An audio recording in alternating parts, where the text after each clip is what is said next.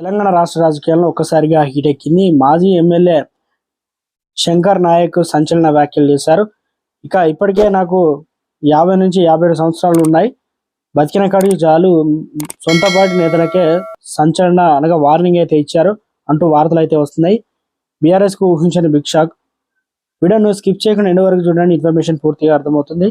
మొదటిసారి ఛానల్ వస్తే సబ్స్క్రైబ్ చేసుకోండి. చాలా మంది వీడియోస్ ఉన్నాయి, మన ఛానల్ ఎవరు కూడా సబ్స్క్రైబ్ చేసుకోలేదండి. దయచేసి మన ఛానల్ సబ్స్క్రైబ్ చేసుకుని bell icon all notification on చేసి పెట్టుకోండి.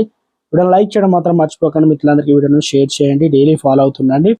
మహబూబాద్ జిల్లా గూడూరు బీఆర్ఎస్ ముఖ్య కార్యకర్తల సమావేశం అయితే జరిగింది. ఈ సమావేశంలో పాల్గొన్న మాజీ ఎమ్మెల్యే బానతో శంకర్ నాయక్ సంచలన వ్యాఖ్యలు చేసి ఎన్నికల్లో తన ఓటమికి గల కారణాలు తెలుసని, సొంత పార్టీలోనే ఉంటూ వెన్నుపోటు పొడిచారని ఆరోపించారు.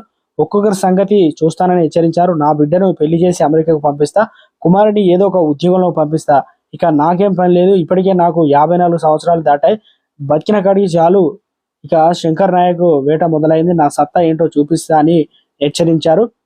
నేను కేసీఆర్ ఒకటే కాతిలో పుట్టాం, ఒక్కొక్కరికి సంగతి చెప్తా, గుర్తుపెట్టుకోండి, శంకర్ నాయక్ అంటే ఏంటో ఉమ్మడి వరంగల్ జిల్లా మొత్తం తెలుసు, నన్ను ఆపే శక్తి ఎవరికి లేదు, నన్ను ఎవరు ఆపలేరు అని మాజీ ఎమ్మెల్యే శంకర్ నాయక్ సంచలన వ్యాఖ్యలు చేశారు.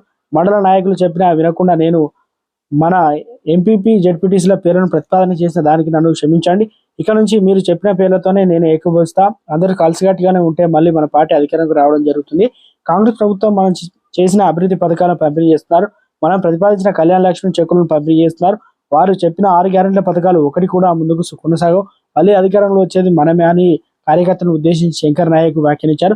ఇప్పుడు ఈ వ్యాఖ్యలపై వివాదాస్పదం అవుతున్నాయి. శంకర్ నాయక్ ఎందుకు ఇలా మాట్లాడాలనే చర్చ కూడా మొదలైంది.